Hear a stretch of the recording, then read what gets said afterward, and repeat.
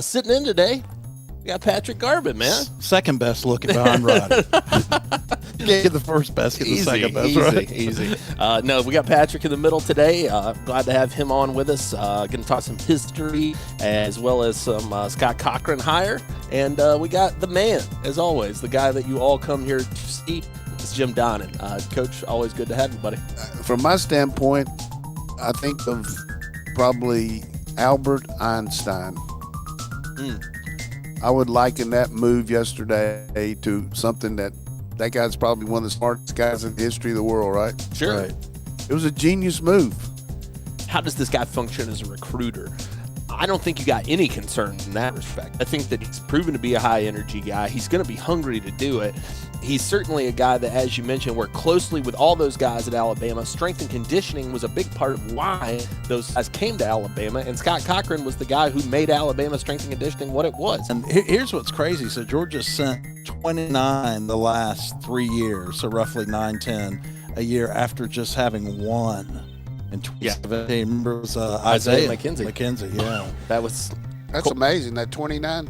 29 the last 3 years. And Dake Crowder and Clark aren't even there, which I was surprised. I'm especially Clark. A lot was made yesterday of the Jake Fromm hand size, and he comes out and talks to the media today, and he says, look, these hands took me to 3 SEC championships, a national championship.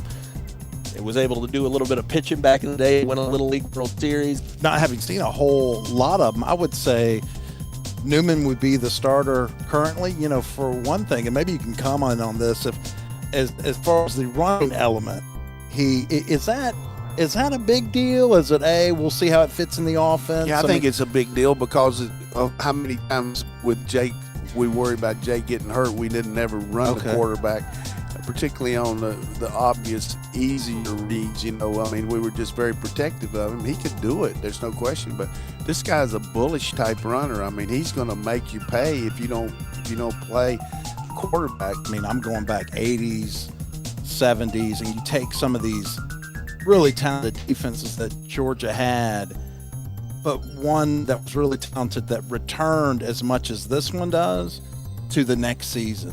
That starting role doesn't mean much. I think that you've got an embarrassment of riches there.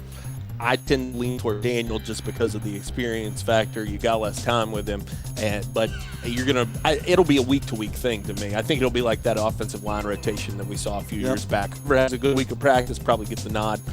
It won't matter too much who has game one, that's for sure. There were 4 Beatles, John, Paul, George, and Ringo.